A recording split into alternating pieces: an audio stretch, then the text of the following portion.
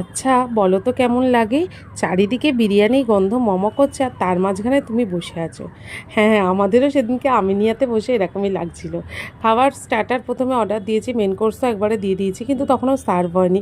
আর চারিদিকের এনভায়রনমেন্টটাও দারুণ ছিল।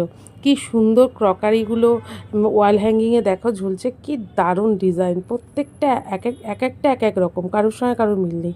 আর আমরা এখানে বসে আছি, রন তখনও খাবার আসেনি বলে একদম ফক নিয়ে নাচানাচি করছে। এই যে এসে গেছে একদম আমাদের স্টার্টার। এটা ছিল মালাই চিকেন রেশমি কাবাব। মালাইটা যা ছিল না ওপরের, মুখে দিচ্ছি মিলিয়ে গেছে। তারপরেই চলে এসেছে মেন কোর্স। এখানে সম্পিরা নিয়েছিল নান, আর আমরা নিয়েছিলাম বিরিয়ানি। আমি আর তোজো তো বিরিয়ানি লাভার, আমরা বিরিয়ানি নিয়েছিলাম। আর বাকি তিনজন ওরা নান, চিকেনের একটা গ্রেভি আইটেম, সব রকম নিয়েছিল। তো সেদিনকে দারুণভাবে একদম ইয়ামি ইয়ামি ডিনার সেরেছি। টাটা।